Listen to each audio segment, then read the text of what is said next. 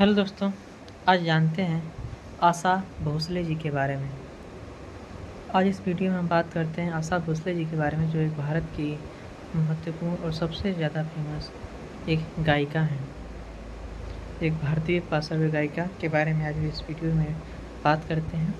आशा भोसले बहुत ही महान और प्रभावशाली गायकों में से एक हैं।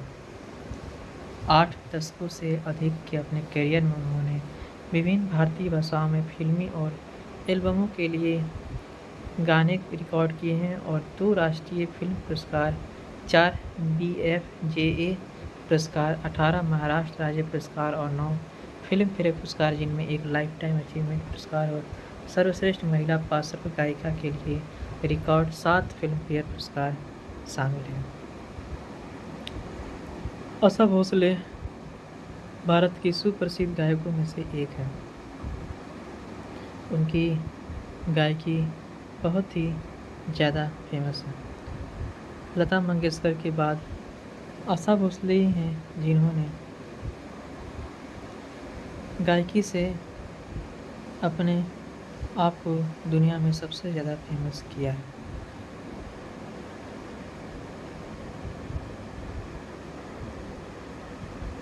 आशा भोसले की बात करें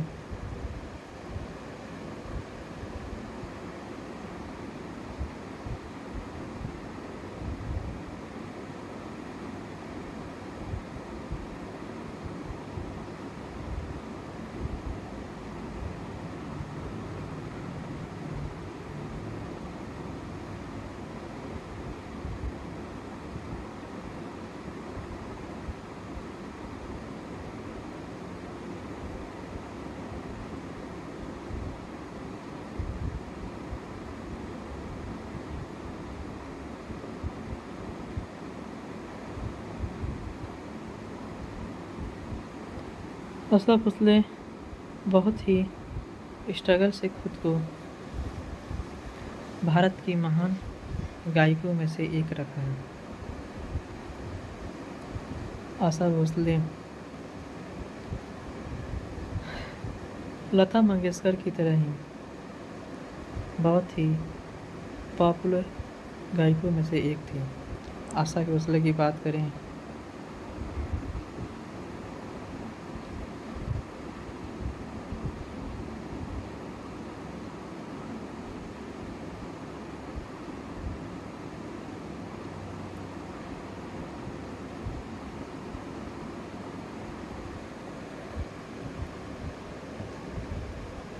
Guinness book of world records ने 2011 में उन्हें संगीत के इतिहास में सबसे ज़्यादा रिकॉर्ड किए जाने वाले कलाकार के रूप में मान्यता दी है। आशा भोसले का पूरा नाम आशा मंगेशकर है और वो लता मंगेशकर की ही बहन है और प्रतिष्ठित मंगेशकर परिवार से ताल्लुक़ रखती हैं। आशा मंगेशकर का जन्म सांगली के गुवार नामक छोटे से गांव में हुआ था, जो उस समय सांगली की सलामी रियासत में था। पंडित दीनानाथ मंगेशकर के संगीत परिवार में जो मराठी और कोंकणी थे और उनकी गुजराती पत्नी सेवंती थी। दीनानाथ मराठी संगीत मंच पर एक अभिनेता और शास्त्रीय गायक थे। जब भोसले 9 साल की थी तब उनके पिता की मृत्यु हो गई। परिवार पूरे से कोल्हापुर और फिर मुंबई चला गया। वहाँ और उनकी बहन लता मंगेशकर ने अपने परिवार की मदद के लिए फिल्मों में गाना और अभिनय करना शुरू कर दिया।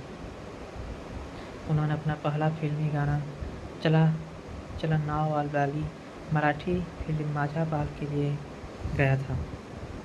आशा भोसले ने बहुत सारे भाषाओं में गाना गाया था।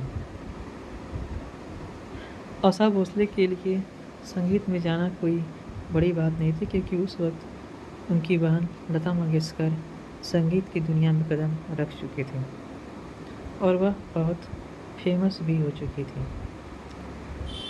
लता मंगेशकर की बात करें तो लता मंगेशकर को आज की दुनिया में कौन नहीं जाता, और वैसे ही आशा भोसले को भी।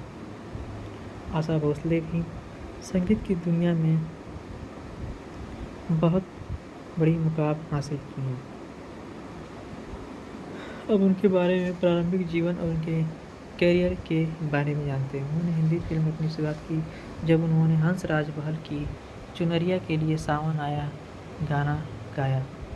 हालांकि उसी साल चुनरिया से पहले एक और फिल्म अंधों की दुनिया रिलीज हुई थी और दोनों फिल्मों में उन्होंने एक 3 गाने गाए। उनका पहला एकल हिंदी फिल्म गीत फिल्म रात की रानी के लिए था।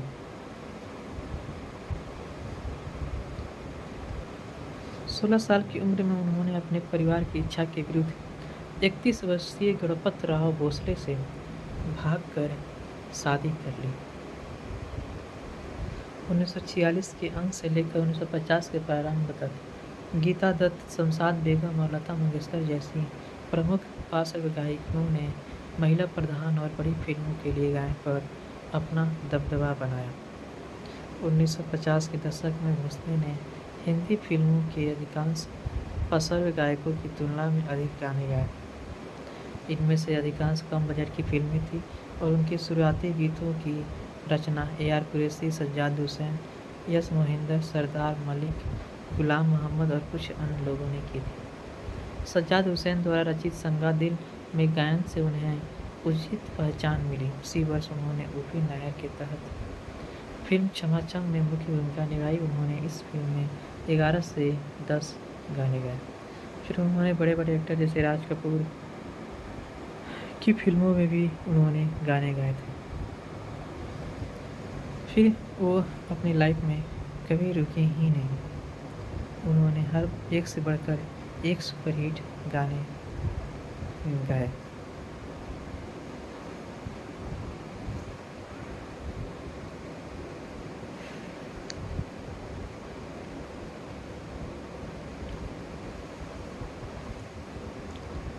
आशा भोसले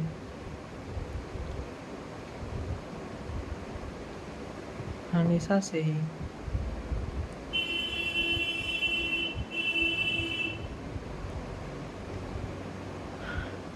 फेमस गानों के लिए प्रसिद्ध थे। कहा जाता है कि जब उन्होंने पहली बार डांस नंबर आजा आजा सुना तो उन्हें लगा था कि वह पश्चिमी धुन को नहीं गा पाएंगे। हालांकि बर्मन ने संगीत बदलने की पेशकश की, लेकिन उन्होंने इसे चुनौती के रूप में लेते हुए मना कर दिया।